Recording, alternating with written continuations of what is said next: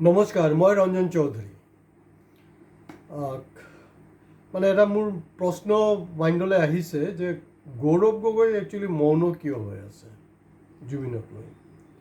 আৰু সঁচা ক'বলৈ গ'লে গৌৰৱ গগৈ কোৱাটো ভুল হ'ব। প্ৰেক্টিকেলি তিনি গগৈ কি কৰি আছে, তো বাকী দুই গগৈক মই বাদ দিলোঁ। একজনতো জিকি তাৰ যি মানে মানে হ'বলৈ আছিলে হৈ গ'ল, আৰু তাৰ কামটো হৈ গ'ল। আৰু একজন গগৈ লুৰিণ হাৰিলেও লছ নাই। এইটো এটা বেলেগ ধৰণৰ কথা। আৰু এই যেনেকৈ ব্ৰহ্মপুত্ৰ আণ্ডাৰগ্ৰাউণ্ড কাৰেণ্ট নহয়, দেখা নাপায় যে, সোমালেহে আপুনি গম পাব, তেনেকুৱাকৈ। তো লুৰিণ হাৰিছে, কিন্তু তেওঁৰো যোনটো পাৰপাছ আছিলে সেইটো ফুলফিল হ'ল, আৰু অখিলৰো যোনটো পাৰপাছ আছিলে সেইটো ফুলফিল হ'ল। অকল জিকা নহয়, বহুত ধৰণৰ পেকেজ, বহুত কথা আছে, এইটো হৈ গ'ল। এতিয়া আহিছোঁ মই গৌৰৱ গগৈলৈ। তো গৌৰৱ গগৈলৈ নিশ্চয় ক'ম। ইয়াৰ আগত মই আপোনালোকক অনুৰোধ কৰিম, 19 ছেপ্টেম্বৰ 2025 পৰা মই যেতিয়া সুবিধা পাইছোঁ, আৰু তেতিয়াতো একবাৰ ধাৰাবাহিক মোৰ ডেইলি এটা এপিছ'ডৰ ওপৰত, আৰু জুবিনৰ লগত মোৰ কি সম্পৰ্ক, এই সম্পৰ্কে কিন্তু সেইদিনাখন মই ব্যাখ্যা কৰিছিলোঁ। যদি চোৱা নাই, জুবিন আৰু ৰঞ্জন চৌধুৰীৰ কথাটো কি, একজন বৰঠাকুৰ লিখে, একজন চৌধুৰী লিখে, কথাটো কি হয়। আমি দুয়োটাই ব্ৰাহ্মণ হয়, উই আৰ মোৰ দেন ব্ৰাহ্মণ। তো হৈছে আৰু তো তাৰপিছত চাব, মানে এটাৰ পিছত এটা মই কিন্তু খোলাচা কৰিছোঁ। আৰু জুবিন অনুৰাগী যি আছে, জুবিন অনুৰাগীবিলাকে যি ধৰণে আমাৰ জুবিনৰ ওপৰত কৰা ভিডিঅ' লাইক শ্বেয়াৰ কৰিব লাগিছিলে, কমেণ্টছ কৰিব লাগিছিলে, তেওঁলোকে পোৱা নাই। কাৰণ আমি এটা ডাইৰেকশ্যন দিছিলোঁ, এটা দিশা দেখাই আছিলোঁ যে কি পথত গ'লে একচুৱেলি ন্যায়টো পাব। সেইটোলৈ যোৱা নাই, চবে এনেই উৰি আছিলে, জাষ্টিছ ফৰ জুবিন, 10 কোটি হৈ গ'ল, 20 কোটি হৈ গ'ল, কিবা কিবি আৰু এইবিলাকতো মানে ছ'চিয়েল মিডিয়াত আপুনি একো কৰিব নোৱাৰে, এইটো সম্ভৱ নহয়। গতিকে সেইটো চাব আপোনালোকে।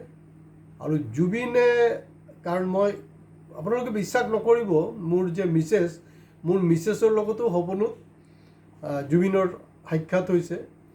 বাইদেউ বুলি কৈছে, লগ ধৰিছে, তাইতো বিশ্বাসেই কৰা নাই, আৰু তাইৰ ভৰি চুই সেৱাও জনাইছে। তাৰপিছত অদৃশ্য হৈ গৈছে লাহে লাহে। এক মানে বেলেগ এক চিটুৱেশ্যন, বেলেগ চিন। এইটো কোনো যদি কেতিয়াবা কোনো সভা হয়, কিবা এটা সুবিধা হয়, মই নিশ্চিতভাৱে মোৰ পত্নী সুস্মিতাকো লৈ যাম, তাই এইটো ব্যাখ্যা কৰিব। গতিকে তাইৰ কথাটো মই নকওঁ। কিন্তু যোৱাকালি সপোনত আহিছে, মোক ৰঞ্জন দা বুলি ক'লে। কিন্তু মই ৰঞ্জন দা, তেওঁৰ কাৰণে মই ৰঞ্জন দা নহয়। মই নাজানো কিহৰ কাৰণে কৈছে, সেইটো কাৰণে মোৰ মাথাটো আকৌ বেয়া হৈছে। না, জুবিনৰ ওপৰতে কৰোঁ।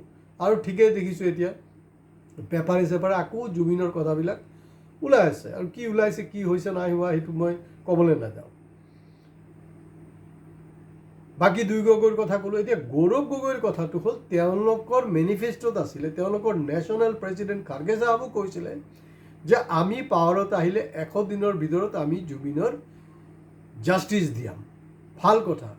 কিন্তু মই কেতিয়াবাৰ পৰা কৈ আছোঁ, এয়া বিজেপি হওক বা কংগ্ৰেছে হওক, কোনো দল আচলতে হেৰি নকৰে, মানে জুবিনক জাষ্টিছ দিবলৈ ৰাজি নহয় তেওঁলোকে।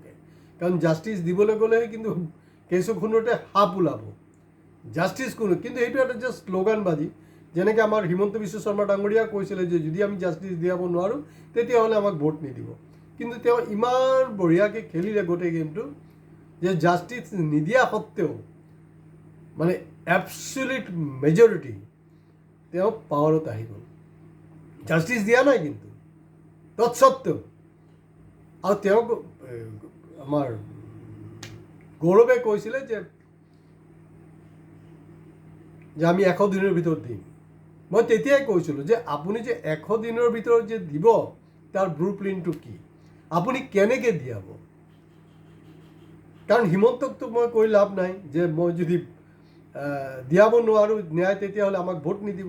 মই জানো তেওঁ ভোট মানে জাষ্টিছ নিদিলেও মানে ৰাইজে তেখেতক ভোট দিব, উপায় নাই। কিন্তু মইতো গৌৰৱৰ পৰা জানিব লাগিব নহয়। কিন্তু এই জুবিন গাৰ্গ এটা অদৃশ্য ছায়াৰ নিচিনাকৈ 2024 কিন্তু মই বেলেগ এটা এপিছডত কৈছোঁ, গৌৰৱ গগৈক হেল্প কৰিছিলে যোৰহাট পাৰ্লামেণ্ট ইলেকশ্যন জিকাৰ কাৰণে। আৰু মোৰ এতিয়া অনুভৱ হৈছে 2026 ইলেকশ্যন যোৰহাটত যে হাৰিলে তাৰমানে চাগে জুবিনৰ হয়তো এইটো ভাল পোৱা নাছিলে, যিটো মানুহৰ কাৰণে কৰিছিলে সেইটো মানুহ যি ধৰণে কৰিব লাগিছিলে তেনেকৈ কৰা নাই। আচল কথাটো হ'ল এইটো।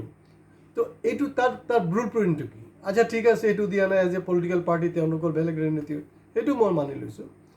কিন্তু হাৰি যোৱাৰ পিছতো এতিয়া চাওক, প্ৰেক্টিকেলি ক'বলৈ গ'লে অসমৰ মানুহৰ মূৰত সোমাব লগা, চেনচেশ্যন ক্ৰিয়েট কৰিব লগা ইছ্যু নাই। আচলতে ঢেৰ ইছ্যু আছে। এইটো গৌৰৱৰ নিচিনা নেতা বা বিৰোধী নেতাবিলাকৰ সেইটো দমে নাইকিয়া, ইমানটো মাথাই নাই যে সেইটোক লৈ প্লে কৰি থাকিব আৰু চৰকাৰক হলঠেকত পেলাব। সিমানটো দিমাগ নায়েই তেওঁলোকৰ। দিমাগ থকা হ'লেতো বহুত কিবা কিবি হৈ গ'লে হয়, দিমাগ নাই।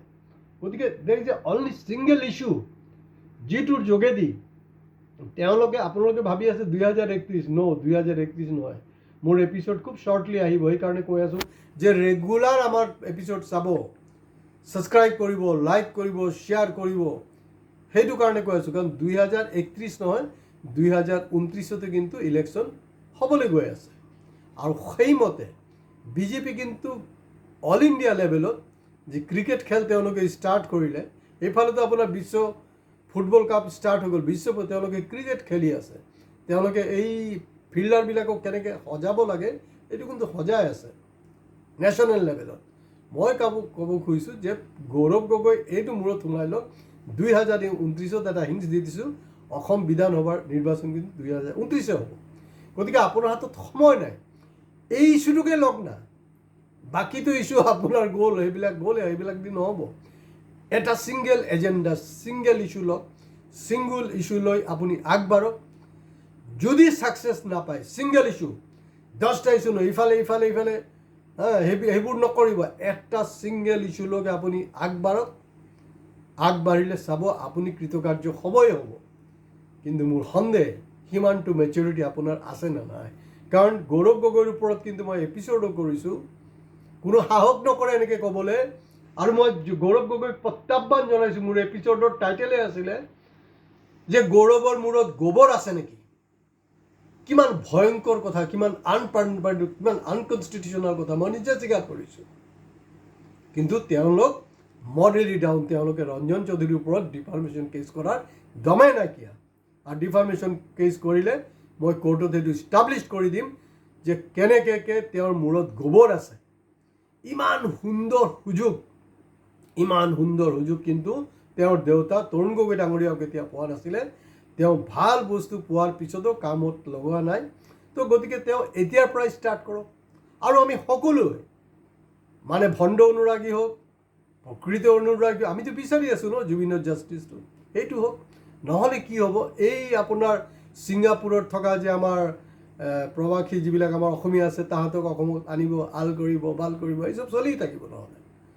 গতিকে সেইটো নহয়, গৌৰৱ এইটো ধৰক।